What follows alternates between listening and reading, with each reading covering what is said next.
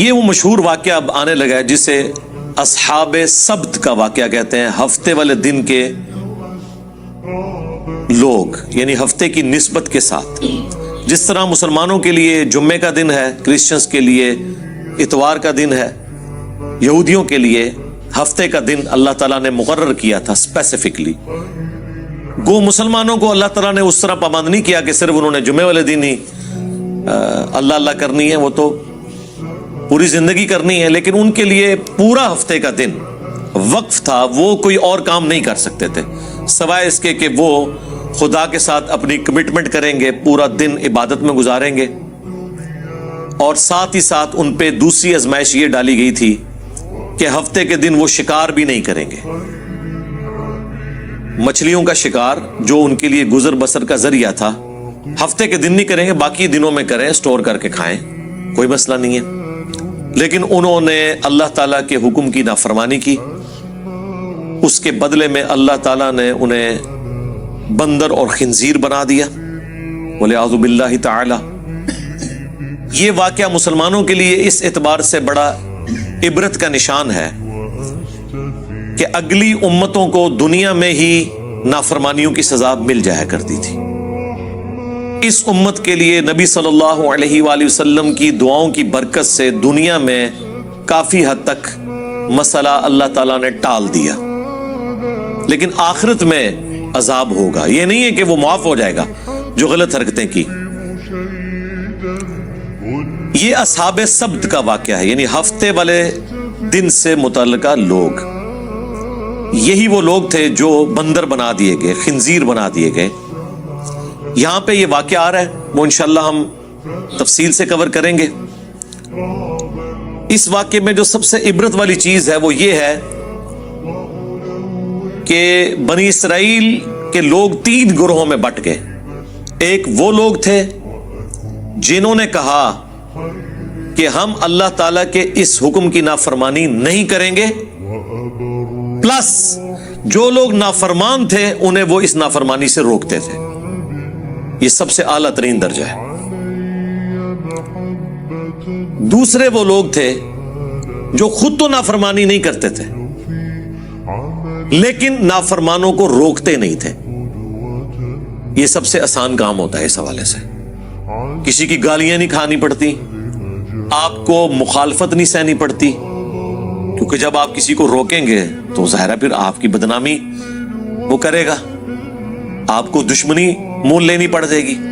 یہ دوسری کیٹیگری تھی، میٹھی میٹھی بات کرنے والے لوگ، صرف فضائل اعمال سنانے والے لوگ، برائی سے روکنے والے نہیں، صرف امر بالمعروف کرنے والے لوگ، نیکی کا حکم دینے والے لوگ، نہی عن المنکر، برائی سے روکنے والے نہیں. اور تیسرے وہ بدبخت تھے کہ جو ڈائریکٹلی اس حکم کی نافرمانی کر رہے تھے اور ہفتے کے دن وہ شکار کرتے تھے. اب حیران کن بات ہے، اللہ تعالیٰ نے تینوں گروہوں کا ذکر کیا، اس کے بعد جب اینڈ رزلٹ سنایا نا تو یہ سنایا کہ اللہ نے نجات دے دی ان لوگوں کو کہ جو نہ تو خود یہ کام کرتے تھے بلکہ وہ باقیوں کو بھی اس برائی سے روکتے تھے. یعنی جو گونگے شیطان نہیں تھے، خود بھی برائی سے بچتے تھے، لوگوں کو بھی روکتے تھے، انہیں تو ہم نے نجات دے دی.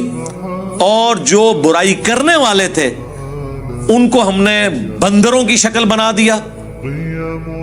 اور جو تیسری کیٹیگری تھی نا، ان کا اللہ تعالیٰ نے ذکر کرنا بھی گوارا نہیں کیا کہ ان کا انجام کیا ہوا. اتنا ذکر ضرور کیا کہ اس طرح کے لوگ تھے. یہی وجہ ہے کہ انہی آیات کے کانٹیکسٹ میں المستدرک للحاکم میں تفصیل کے ساتھ ایک حدیث موجود ہے.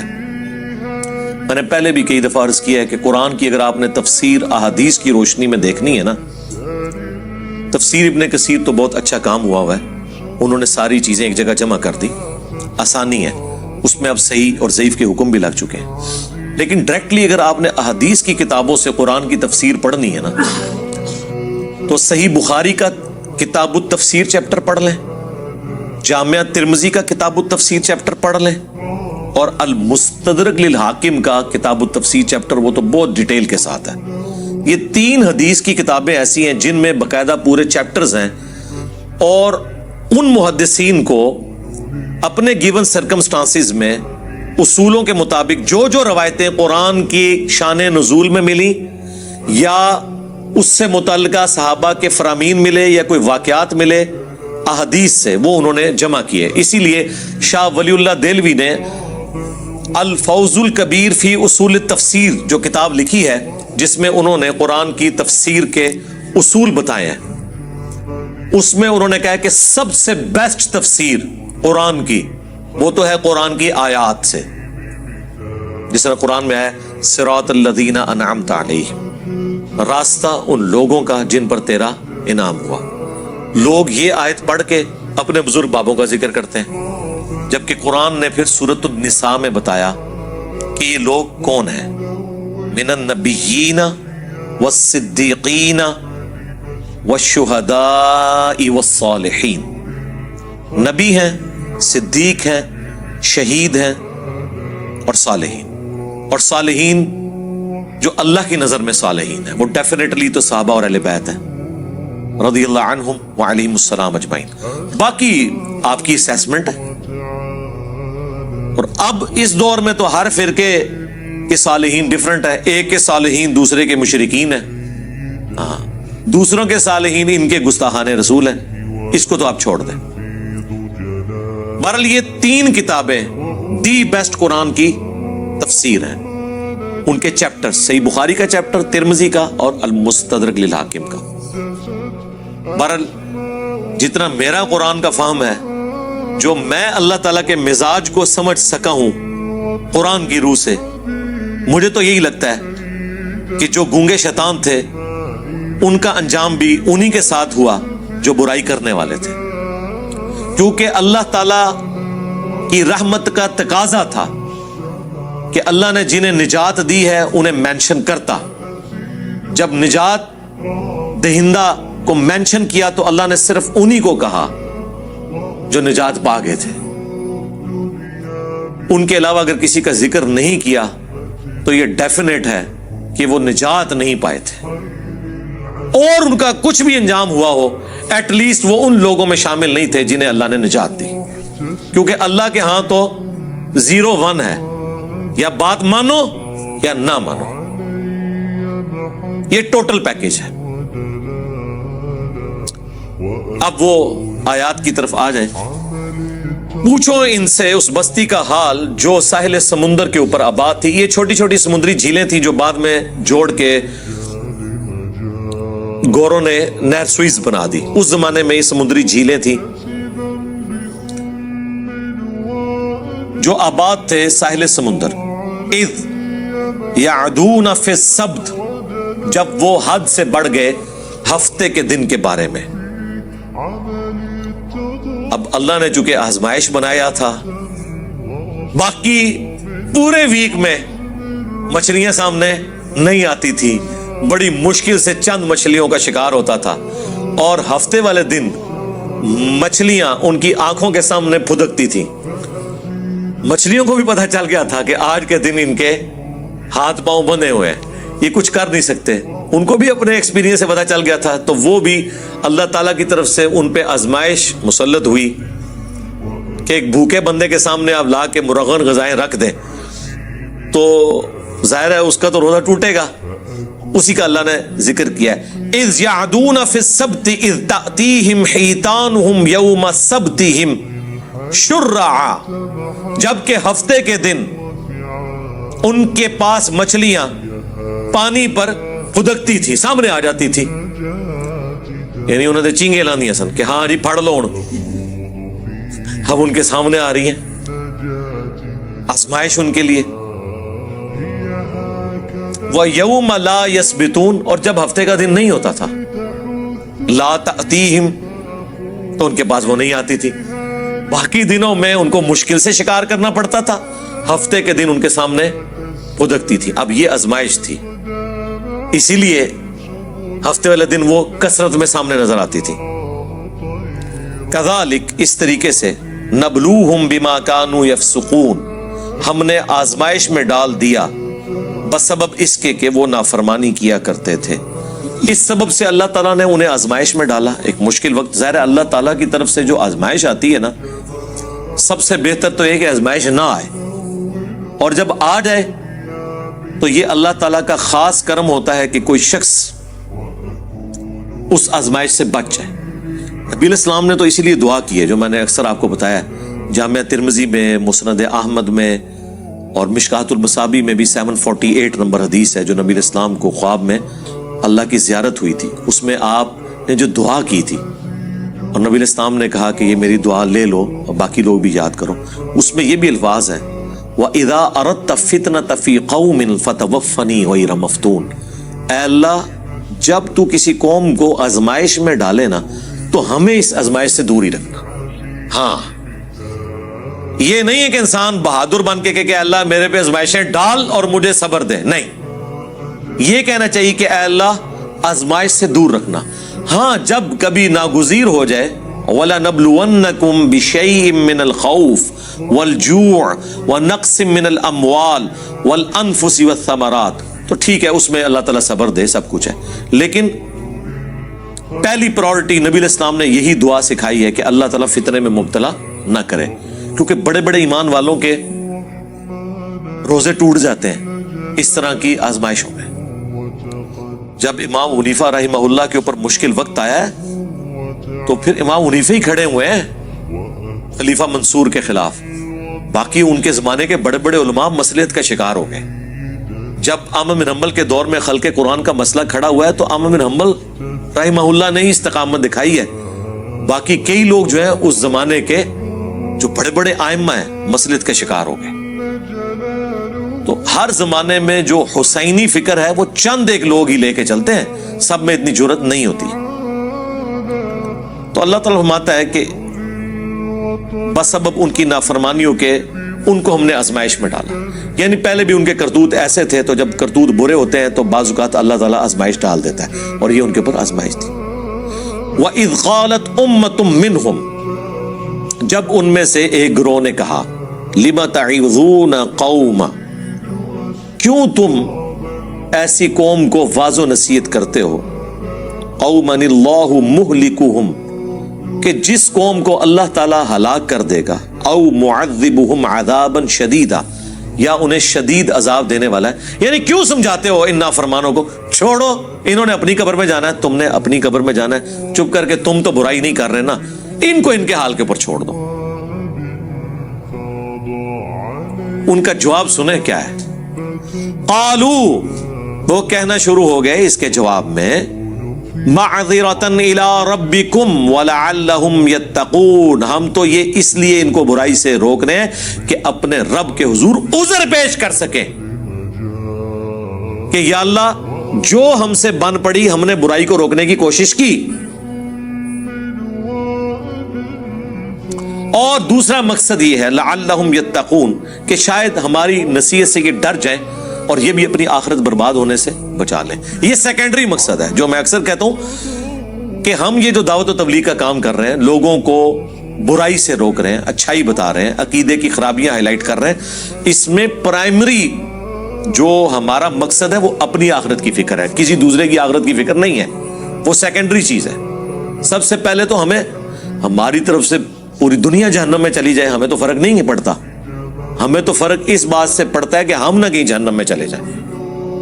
پہلی ایفرٹ تو ہماری اپنی ذات کے لیے ہوگی، او انفسکم واہلیکم نارا، بچاؤ اپنے آپ کو اور اپنے گھر والوں کو جہنم کی آگ سے، باقیوں کی بعد میں فکر کریں گے۔ افریقہ کے جنگلوں میں لوگ کدھر جا رہے ہیں وہ بعد میں دیکھیں گے، پہلے تو اپنے گھر میں لوگ کدھر جا رہے ہیں وہ دیکھیں گے۔ پہلے تو ہم خود قرآن و سنت سے اپنی اصلاح کی کوشش کریں گے، تو ان کا اپنے رب کے حضور معذرت کر سکیں، ہم عذر پیش کر سکیں کہ یا اللہ ہم نے وہ چاروں شرائط پوری کی تھی، الا الذین آمنوا وعملوا الصالحات، یہ تو آسان ہے، ایمان لاؤ نیک اعمال کرو، لیکن وتواصوا بالحق، حق بات کی وصیت کرنا مشکل ترین کام، اور اس کے بعد اس کا منطقی انجام، وتواصوا بالصبر، پھر تکلیف آئے گی تو صبر اختیار کرنا ہے۔ یہ اتنا مشکل کام ہے کہ بڑے بڑے اہل ایمان وہ بھی بعض اوقات کمزور درجے کی طرف چلے جاتے ہیں۔ ہر بندے میں یہ حوصلہ نہیں ہوتا کہ حالات و واقعات کا وہ مقابلہ کر سکے. ہم ان پہ کوئی فتویٰ نہیں لگاتے جو اس طرح کرتے ہیں، لیکن ہم لوگوں کو یہ بتائیں گے کہ خدا کے لیے فرق سمجھو. لوگ کہتے تو ہیں کہ حسین ابن علی کے زمانے میں لوگ روکتے تھے ان کو کہ آپ وہاں نہ جائیں، یہ آپ کو شہید کر دیں گے. تو کیا وہ لوگ غلط تھے اور حسین ابن علی اکیلے ٹھیک تھے؟ میرے بھائی پہلے تو آپ اپنی اصلاح کریں. وہ لوگ حضرت حسین ابن علی کو غلط نہیں سمجھتے تھے. عبداللہ بن عمر یا عبداللہ بن عباس یا عبداللہ بن زبیر رضی اللہ عنہم اجمعین، وہ یہ کہتے تھے کہ آپ جن کے خلاف کھڑے ہوئے نا، انہوں نے رسول اللہ کی قرابت داری کا کوئی لحاظ نہیں کرنا، یہ دنیا دار بادشاہ بن چکے ہیں، تو ان کے شر سے اپنے آپ کو بچا لیں. وہ یہ نہیں کہتے تھے کہ آپ غلط ٹریک پہ ہیں. وہ دوسرے معنوں میں یہ کہہ رہے تھے کہ یہ بدماش ہیں، آپ کے ساتھ ظلم کریں گے. تو جس طرح ہم نے خاموشی اختیار کی ہوئی ہے، کمزور درجے پہ ایمان پہ اپنے آپ کو رکھا ہوا ہے، ہمارے مقابلے پہ نہیں، اس زمانے میں حسین ابن علی کے مقابلے پہ، تو آپ بھی وہ درجہ اختیار کر لیں. لیکن حسین ابن علی کا اسٹانس یہ تھا کہ عبداللہ بن عمر، عبداللہ بن عباس یا عبداللہ ابن زبیر، ان کا بنو امیہ کے خلاف کھڑا نہ ہونا کوئی مسئلہ نہیں ہے، کیونکہ ان میں سے کسی کے گھر بھی نبوت نہیں آئی ہے. نبوت تو آئی ہے بنو ہاشم کے گھر، اور رسول اللہ کے علم کا وارث تو میں ہوں. اگر میں نے باطل کے ساتھ کمپرومائز کیا تو یہ دین کا حصہ بن جائے گا. یہی وجہ ہے کہ 3 بر اعظموں نے یزید ابن معاویہ کی بیعت کر لی، لیکن یزید کو ہضم نہیں ہو رہی جب تک حسین نہ کرے، کیونکہ انہیں پتا تھا کہ جب تک حسین بیعت نہیں کرتے تو یہ دھکے سے ہی ہماری حکومت ہے، لیجٹمائز نہیں ہوگی، یہ خلافت نہیں ہوگی، اسلامی حکومت نہیں ہوگی، کیونکہ نبی کے گھر والے ہی نہیں جب اسے مان رہے. تو گارنٹی تو دینی ہے نبی کے گھر والوں نے، باقیوں کی گارنٹی کی کیا حیثیت ہے؟ یہ وجہ تھی. تو یہ ہمیشہ کم لوگ ہوتے ہیں اور وہ ڈرتے ہیں کہ یار اللہ کے حضور کیا جواب دیں گے. فلما، پس جب نسو ما ذکروا بہ، انہوں نے فراموش کر دیا جو انہیں ڈر سنایا گیا تھا، جو نصیحت کی گئی تھی. انجینا الذین ینہون عن السوء، تو ہم نے نجات دے دی ان کو جو برائی سے روکنے والے تھے، یعنی جو حسین ابن علی کی نیچر رکھنے والے تھے، ان کو تو مل گئی نجات. وَأَخَذْنَا الَّذِينَ ظَلَمُوا، اور پکڑ لیا ان کو ہم نے جو ظلم کرنے والے تھے، بِعَذَابٍ بَئِيسٍ بِمَا كَانُوا يَفْسُقُونَ، جن لوگوں نے اپنی جانوں پر ظلم کیا، برے عذاب سے ان کو پکڑ لیا گیا بوجہ اس کے کہ وہ نافرمانی کیا کرتے تھے. فَلَمَّا عَتَوْا عَمَّا نُهُوا، جب انہوں نے سرکشی کی اس سے جس سے ان کو روکا گیا تھا، مَا نُهُوا عَنْهُ، جس سے وہ لوگ روکے گئے تھے، قُلْنَا لَهُمْ كُونُوا قِرَدَةً خَاسِئِينَ، تو ہم نے ان سب کے سب کو کہا کہ بن جاؤ پھٹکارے ہوئے بندر. بس اللہ نے تو پھر کن فیکون ہی ہوتا ہے، کہا اور وہ بن گئے. اللہم لا تجعلنا منهم، اللہم احسن عاقبتنا فی الامور كلها واجرنا من خزي الدنيا وعذاب الاخرہ، آمین. اللہ اکبر. اب یہ واقعہ یہاں پہ مکمل ہو گیا ہے. دیکھ لیں ان اٹینڈڈ ہے وہ گروہ. اللہ نے 2 گروہوں کا ذکر کر دیا. جو روکنے والے تھے وہ نجات پا گئے، اور جو کرنے والے تھے وہ تباہ و برباد ہو گئے. اللہ نے ان کو بندر بنا دیا. لیکن جو تیسری کیٹیگری تھی نا، جو کہہ رہی تھی کہ تانوں کیڑی لوڑ ہے، تسی اپنی قبر ہی جانا ہے، انہوں نے اپنی قبر ہی جانا ہے، آپ کو کیا تکلیف ہے، ان کو اللہ تعالیٰ نے اس قابل بھی نہیں سمجھا کہ ان کے انجام کا ذکر کرے، اچھا یا برا. اللہ. وَإِذْ تَأَذَّنَ رَبُّكَ، اور یاد کرو جب تمہارے رب نے یہ اعلان کیا تھا، لَيَبْعَثَنَّ عَلَيْهِمْ إِلَى يَوْمِ الْقِيَامَةِ، کہ ضرور اللہ تعالیٰ بھیجتا رہے گا ان پر قیامت کے دن تک، من یسومہم سوء العذاب، ایسے ان کے اوپر حکمران مسلط ہوں گے، ایسا جابر حکمران ان کے اوپر آتے رہیں گے جو انہیں عذاب دیں گے، برا تکلیف دیں گے دنیا میں. حتیٰ کہ وہ بنی اسرائیل کے جو 2 عروج اور 2 زوال کا ذکر ہے سورہ بنی اسرائیل کے آغاز میں، اس میں اللہ تعالیٰ نے فرمایا ہم نے اپنے سخت لڑائی لڑنے والے بندے مسلط کر دیے. کس کے اوپر؟ بنی اسرائیل کے اوپر. اور انہوں نے بیت المقدس کی اینٹ سے اینٹ بجا دی. اللہ نے ان کافروں کو اپنی طرف منسوب کیا کہ ہم نے یہ مسلط کیے. اس امت کے اوپر بھی اللہ نے مسلط کیے. تاتاری اینٹ سے اینٹ بجائی انہوں نے بغداد کی. اللہ عذاب جب دلواتا ہے نا تو وہ اپنی مخلوق کے ذریعے ہی دلواتا ہے، اور اس وقت وہ مسلط ہوئے ہوتے ہیں. پھر تاتاریوں نے سرکار نہ کوئی بزرگ دیکھا ہے، نہ کوئی غوث دیکھا ہے، نہ کوئی کتب دیکھا ہے، وڈ کے پرے ماریا ہے. سارے بزرگوں کے حالات لکھنے والے جو شیخ فرید الدین عطار تذکرۃ الاولیاء جنہوں نے لکھی ہے، ان کو بھی تاتاریوں نے قتل کیا ہے. بچے کوئی نہیں. ٹھیک ہے، کیونکہ اللہ کی طرف سے تاتاری مسلط ہوئے تھے مسلمانوں پہ. تو اللہ نے فرمایا کہ بنی اسرائیل کے ساتھ بھی میں یہ کرتا رہوں گا. اچھا، اس میں یہ نہ سمجھیے گا کہ ان کے آباء و اجداد کی سزا ان کی اولادوں کو مل رہی ہے. نہیں، بنی اسرائیل میں سے جن لوگوں نے حق قبول کر لیا وہ اس عذاب سے بری ہو گئے. عبداللہ بن سلام جیسے لوگ بھی تو موجود تھے نا، یہودی عالم جنہوں نے اسلام قبول کیا. اس سے مراد وہ ہے بنی اسرائیل میں سے جنہوں نے اپنے آباء و اجداد کی وہ روش چھوڑی نہیں ہے اور پیغمبروں کی نافرمانی کو اپنا شعار بنا کے رکھا. ان پر قیامت کے دن تک عذاب آتا رہے گا. جابر حکمران مسلط ہوں گے. ایک تو 8 سے 100 سال پہلے اتنا بڑا حکمران مسلط ہوا ان کے اوپر، ہٹلر. 60 لاکھ یہودی قتل کر دیے. چلے بعض لوگ کہتے ہیں نہیں 60 لاکھ نہیں تھے، 6 لاکھ تھے. سرکار 6 لاکھ بھی تھوڑا بندہ ہے. 6 لاکھ بندے مارنے کے لیے اس نے 100 فیکٹریاں بنائی. اس نے جو کچھ کیا وہ غلط کیا، لیکن جن کے ساتھ ہوا اللہ تعالیٰ کی عذاب کی گرفت میں تھے. وہ ان ربک لسریع العقاب، بے شک تیرا رب عذاب دینے میں جلدی فرمانے والا ہے. لیکن بعض اوقات ڈھیل بھی دے دیتا ہے، لیکن دنیا میں بعض اوقات تھوڑا بہت مزہ ضرور چکھاتا ہے. آخرت کا تو عذاب پکا ہے.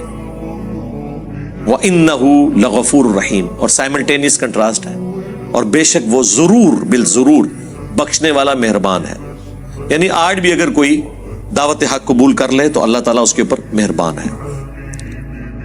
وَقَطَّعْنَاهُمْ فِي الْأَرْضِ أُمَمًا، اور ہم نے ان کو بانٹ دیا زمین میں کئی گروہوں کے اندر. یہ بھی اللہ تعالیٰ کی طرف سے ایک سزا ہوتی ہے کہ آپ کی یونٹی ختم ہو جائے. آج مسلمان بھی دیکھیں نا کئی گروہوں میں بٹ گئے ہیں، فرقہ واریت کے اعتبار سے بھی، ایون لسانیت کے اعتبار سے بھی. آج بھی وہ تفریق باقی ہے، اجمی اور عربی والی. سب کانٹیننٹ کے لوگوں کو عربی کس طرح ڈیل کرتے ہیں؟ اپنے غلاموں کی طرح. تو اس طرح کی تفریق شروع ہو جاتی ہے. پھر صرف جمعے کے خطبوں میں رہ جاتا ہے کہ کسی عربی کو اجمی پر، کسی کالے کو سفید پر، کسی سفید کو کالے پر، کسی سرخ کو سیاہ پر، کسی سیاہ کو سرخ پر. کوئی فضیلت حاصل نہیں ہے. مسند احمد میں جو خطبہ ہے رسول اللہ صلی اللہ علیہ وآلہ وسلم کا حجۃ الوداع کا، تقریروں تک تو رہتا ہے، لیکن جیسے ہی ممبر سے نیچے اترتے ہیں پھر وہ ڈیفرنس شروع ہو جاتے ہیں. منہم الصالحون، ان میں سے نیک لوگ بھی ہیں. ومنہم دون ذالک، اور کچھ اور طرح کے لوگ بھی ہیں جو برے اعمال کرنے والے ہیں. وبلوناہم بالحسنات والسیئات، اور ہم نے انہیں آزمایا نعمتیں دے کر بھی اور تکالیف کے ذریعے بھی. لعلہم یرجعون، تاکہ وہ ہماری طرف پلٹ آئیں. یہ اللہ تعالیٰ کا ایک سمجھ لیں ڈیوائن قانون ہے کہ دنیا میں اللہ تعالیٰ بعض اوقات تکلیف اس لیے بھی دیتا ہے کہ شاید اللہ کی طرف لوگ پلٹ آئیں. دنیا کی آزمائشیں اللہ کی طرف رجوع لانے کا ذریعہ بن جاتی ہیں. انڈیویجول لیول کے اوپر بھی آپ دیکھیں گے کئی لوگ ایسے ہیں، گھر میں جوان موت ہوئی، یا ماں مر گئی یا باپ مر گیا، تو وہ پہلی دفعہ جب دفنانے کے لیے قبرستان جاتے ہیں اور اس منظر کو اپنی آنکھوں سے دیکھتے ہیں تو دل میں رقت پیدا ہوتی ہے اور وہ کہتے ہیں کہ ٹھیک ہے اب ہم نے اللہ کی طرف آنا ہے. اس دنیا میں تکلیف انسان کو بعض اوقات اس اعتبار سے نعمت بن کے آتی ہیں کہ اللہ کی طرف لوگ رجوع لے آئیں. تو اللہ تعالیٰ فرماتا ہے کہ ہم پھر ان کی اولادوں کو، بنی اسرائیل کی اولاد کو جو چلی وہ ساری نسل تکلیف کے ذریعے آسائشیں دے کے ہر طریقے سے آزماتے رہے تاکہ وہ پلٹ آئیں اللہ کی طرف. فخلف من بعدہم خلف، لیکن پھر جانشین ہوئے ان کے بعد وہ ناخلف لوگ، ورثوا الکتاب، جو کہ وارث ہوئے کتاب کے، یأخذون عرض ھذا الادنی، اللہ اکبر، جو کہ لیتے ہیں دنیا کا ادنا مال، وَيَقُولُونَ، اور ساتھ یہ بھی کہتے ہیں، یعنی دین بیچتے ہیں. اور ظاہر ہے اس سے مراد عام لوگ نہیں تھے، بنی اسرائیل کے علماء تھے. دین تو انہوں نے بیچنا ہے نا، عام لوگوں نے تو سبزی پیاز بیچنا ہے نا، ان کی تو دین کی دکانداریاں نہیں ہے نا، دین تو انہوں نے بیچنا ہے نا. غلط فتوے، اللہ کی آیات کو بدلنا، بیچنا، یہ علماء کا کام ہے. دنیا کے چند ٹکوں کے عوض. اور وہ ساتھ کہتے تھے سَيُغْفَرُ لَنَا، اللہ ان قریب ضرور ہمیں بخش دے گا. ہم بھی کہتے ہیں نا یا اللہ جو کچھ بھی ہے تیرے محبوب کی امت سے ہے. دیکھو جی کلمہ پڑھے جی ایک نہ ایک دن جنت چلے ہی جانا ہے. ایسی یہ وہی چیز، وہی مینٹیلٹی بنی اسرائیل کے اندر موجود تھی. کام چک کے رکھو، ایک نہ ایک دن چلے جائیں گے. وَإِن يَأْتِهِمْ عَرَضٌ مِثْلُ، اور اگر آ جائے ان کے پاس اتنا مال اور، یأخذوا، لے لیں گے.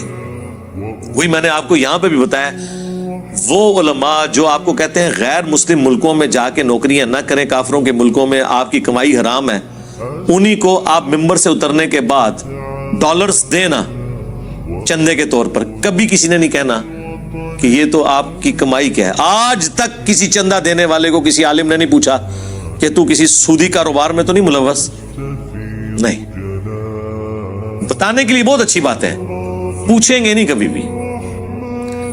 آپ بتا کے بھی دیکھ لیں، واپس نہیں کریں گے انشاءاللہ، آپ کو مایوس نہیں لوٹائیں گے انشاءاللہ. یہاں پہ بھی اللہ نے مارا ان کو اور بھی ملے نہ ملے گا، یہ لیں گے. الم یؤخذ علیہم میثاق الکتاب، اللہ اکبر، کیا نہیں لیا گیا تھا ان سے کتاب کے بارے میں پختہ عہد، یعنی تورات کے بارے میں. مال تو ہاتھوں ہاتھ لیتے ہیں اور دین کے نام کے اوپر کمائیاں کر رہے ہیں، اور جو وہ دین تھا اس پہ عمل ہی کوئی نہیں ہے. جیسا میں نے کہا یہاں پہ لوگوں نے بزرگیاں تو اویل کی ہیں قرآن و سنت کے نام پہ، اور قرآن و سنت پہ عمل نہیں ہے، بلکہ یہ کہتے ہیں قرآن و سنت ڈائریکٹ نہ پڑھو گمراہ ہو جاؤ گے. اگلے دن ہمارے لائیو سیشن میں ایک بندے نے سوال کیا کہ میں ادھر کرسچنز کے ملک میں ہوں، وہاں پادری بھی یہ کہتے ہیں کہ ڈائریکٹ انجیل نہیں پڑھنی گمراہ ہو جاؤ گے. تو وہ کہہ رہا تھا کہ یار یہ کیا وجہ ہے کہ سارا مذہبی طبقہ ایک جیسا ہی ہے. میں کہ ہاں، مولوی سارے ایکو جینے پاویں، پادری ہون، پنڈت ہوں، چاہے مولوی ہوں مسلمانوں کے، یہ طبقہ ایک جیسا ہے. اس کی دو ریزن ہے. ایک تو یہ کہ انہیں یہ پتا چلے گا جب یہ کتابیں ڈائریکٹ پڑھیں گے نا تو کتابوں کا دین ان علماء سے مختلف ہوگا، تو ان کو سوال کریں گے حضرت اس میں تو یہ لکھا ہے آپ تو یہ کر رہے ہیں. دوسرا، ان کا جب دماغ کھلے گا اور ان سے سوال پوچھیں گے اکثر چیزوں کے جواب نہیں ان کو آتے ہوں گے. اور تیسرا، جو ان کا اسٹیبلش دین ہے جس کے اوپر وہ کمائیاں کر رہے ہیں، اس کے بالکل اپوزٹ دین قرآن و سنت کے اندر موجود ہے یا ان کتابوں میں. آج بھی ایک ان ایمبیگوس سٹیٹمنٹ ایسی نہیں تورات اور انجیل میں جو شرک کی طرف مائل کرتی ہو. وہ کتابیں تبدیل ہو کر بھی توحید کے اعتبار سے کامل ہیں، کیونکہ اگر توحید بھی اس میں ختم ہو جاتی پھر یہود و نصارہ کے لیے ہدایت کا کوئی ذریعہ نہ ہوتا. آپ کس کتاب سے ان سے بات کرتے؟ قرآن کو تو وہ مانتے ہی نہیں ہیں.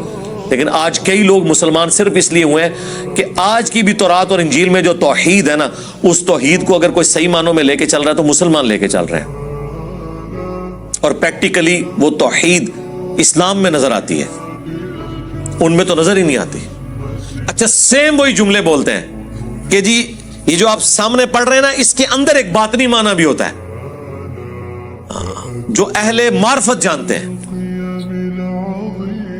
جو اسٹیٹ لکھا ہوا نا بالکل واضح، وہ کہتے ہیں اس کو چھوڑ دیں، آپ اس کے پیچھے جائیں. چلو پیچھے جانے سے بھی یہی چیز نکلنی چاہیے نا، دنیا میں تو یہی ہوتا ہے نا کہ آپ پانی کا کنواں کھود رہے ہیں، 100 فٹ کے اوپر جا کے پانی نکلا ہے تو نیچے جا کے یہ تو نہیں ہوگا کہ تیزاب نکل آئے گا. آپ پانی کے لیے کنواں کھود رہے ہیں نا, تو نیچے اس سے صاف پانی نکلے گا. یہاں کیا کہتے ہیں اور اندر بڑھو, اور اندر بڑھ کے کوئی اور شاہی باہر کاٹ لیتے ہیں. وہ اندر نہیں ہوتا, وہ باہر جا رہے ہوتے ہیں اس سے. تو اللہ تعالیٰ فرما رہا ہے کہ ان لوگوں سے کتاب کا بھی تو عہد لیا گیا تھا کہ کتاب پہ عمل کرنا ہے. اللہ یقول علی اللہ الا الحق, کہ نام منسوب کرنا اللہ کی طرف سوائے اس کے کہ جو حق پر مبنی ہے. وَدَرَسُوا مَا فِيهِ, اور پڑھ لیا انہوں نے جو کتاب میں تھا. اس کے باوجود انہوں نے اللہ کی طرف غلط عقیدے منسوب کیے. یہاں پہ لوگ اللہ تعالیٰ کے حوالے سے کئی ایک عقیدے ایسے کلیم کر دیتے ہیں کہ ہم انہیں کہتے ہیں یہ کہاں لکھے ہوئے ہیں. وہ کہتے ہیں جی اللہ چاہے تو ایسے ہو سکتا ہے, اللہ چاہے تو قاسم نانوتوی صاحب مرنے کے 6 سال کے بعد قبر سے نکل کے دیوبند میں 2 مولویوں کی صلح کرا کے واپس جا سکتے ہیں, خواب میں نہیں بیداری میں.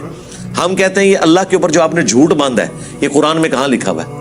قرآن میں تو سورہ یاسین میں, سورہ واقعہ میں اللہ نے فرمایا جو دنیا سے چلا گیا وہ کبھی دنیا میں واپس نہیں آ سکتا.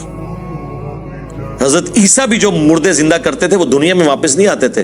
وہ مردے کے پاس کھڑے ہوتے تھے, قم باذن اللہ کہتے تھے. وہ کھڑا ہوتا تھا تھوڑی دیر کے لیے, وہ کہتا تھا عیسیٰ اللہ کے پیغمبر ہیں, ان کی اطاعت کرو, پھر ساتھ ہی واپس چلا جاتے تھے. دنیا میں کوئی واپس نہیں آ سکتا. یہ اللہ کا ڈیفینیٹ قانون ہے. چاہے کوئی بزرگ نہیں, اللہ چاہے, سرکار اللہ کا چاہنا آپ چاہیں گے, یہ وہی چیز ہے. لا یقول علی اللہ الا الحق, مت اللہ کے اوپر کوئی بات ایسی منسوب کرو سوائے اس کے کہ جو حق میں مبنی ہے. پڑھ لیے جو کچھ کتاب میں تھا. والدار الآخرۃ خیر للذین یتقون, اور جو آخرت کا گھر ہے وہ تو بہتر ہے ان لوگوں کے لیے جو پرہیزگاری کی روش اختیار کریں. افلا تعقلون, کیا تم اتنا بھی نہیں سمجھتے, اتنی عقل بھی نہیں رکھتے؟ یہ کانٹے کی بات ہے, کتاب کو فالو کرنا ہے اور آخرت کے لیے تگ و دو کرنی ہے. یعنی پورا دین یہی ہے نا کہ آپ نے اللہ کی وحی کو فالو کر کے آخرت اپنی بنانی ہے.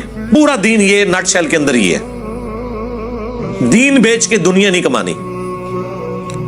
والذین یمسکون بالکتاب, اور جنہوں نے مضبوطی سے پکڑا ہے کتاب کو, وَأَقَامُوا الصَّلَاةَ, اور قائم کرتے ہیں نماز. اِنَّا لَا نُضِيعُ أَجْرَ الْمُصْلِحِينَ, ہم کبھی ایسے لوگوں کا اجر ضائع نہیں کریں گے جو اصلاح کرنے والے ہیں, اپنی اصلاح بھی اور دوسروں کی اصلاح بھی, جو نیکوکاری کی روش اختیار کرنے والے ہیں. اللہ تعالیٰ ان کا اجر کبھی ضائع نہیں کرے گا. دنیا میں نے اکثر کہا ہے کہ یہ ہو سکتا ہے کہ کسی کی محنت ضائع ہو جائے, لیکن آخرت کے لیے جو آپ نے دنیا میں محنت کی ہے نا اس کا اجر آپ کو ملنا ہے, کیونکہ دنیا کو اللہ نے آزمائش کے ساتھ جوڑا ہوا ہے. محنت کر کے بھی بعض اوقات آپ کا نقصان ہو جائے گا. آخرت کے لیے محنت کر کے نقصان نہیں ہوگا اگر آپ نے صحیح طریقے سے محنت کی ہے, جو کرنے کا حق ہے, صحیح ڈائریکشن میں کی ہے. اسی لیے اللہ تعالیٰ کہتا ہے کہ میں اپنے وعدے کے خلاف نہیں کرتا. کوئی ذرہ برابر نیکی کرے گا تو وہ بھی دیکھ لے گا, ذرہ برابر گناہ کرے گا تو وہ بھی دیکھ لے گا. فَمَن يَعْمَلْ مِثْقَالَ ذَرَّةٍ خَيْرًا يَرَهُ وَمَن يَعْمَلْ مِثْقَالَ ذَرَّةٍ شَرًّا يَرَهُ. اب ایک اور بنی اسرائیل کے ساتھ بہت بڑا اللہ نے جو معجزہ کیا, تھریٹ کی انہیں. اللہ اکبر. وَإِذْ نَتَقْنَا الْجَبَلَ فَوْقَهُمْ, اور یاد کرو وہ وقت جب ہم نے اٹھا لیا تھا تم پر پہاڑ, كَأَنَّهُ ظُلَّةٌ, یہاں تک کہ وہ سائبان بن گیا. وَظَنُّوا أَنَّهُ وَاقِعٌ بِهِمْ, اور وہ گمان کرنا شروع ہو گئے کہ قریب ہے کہ یہ پہاڑ ہم پہ گر پڑے. اللہ تعالیٰ نے کوہ طور پہاڑ کو بلند کر کے بادل کی شکل میں 6 لاکھ بنی اسرائیل کے اوپر, کروڑوں ٹن کا پہاڑ ہے. یہ دھمکی لگائی جا رہی ہے پکڑو تورات کو, ادروائز ڈگیا جو توڑے ہوتے. اتنی وڈنی تھریٹ. خذوا ما آتیناکم بقوہ, پکڑو اس کو جو ہم نے تمہیں عطا کیا ہے پوری قوت کے ساتھ. قوت کے ساتھ یہ نہیں ہے کہ مطلب وہ گر نہ جائے, مراد یہ ہے کہ اس کے ایسن کو فالو کرو, اس کی روح کو فالو کرو. وَاذْكُرُوا مَا فِيهِ، اللہ اکبر، اور یاد کرو جو کچھ اس کے اندر ہے اسے فالو کرو، لعلکم تتقون، تاکہ تم پرہیزگار بن سکو، ڈر جاؤ۔ تو یہ بنی اسرائیل سے اللہ تعالیٰ نے عہد لیا تھا۔ ظاہر اس وقت تو سب نے کہا کہ بالکل ہی اللہ جو تسی کہو گے ہوئے گا۔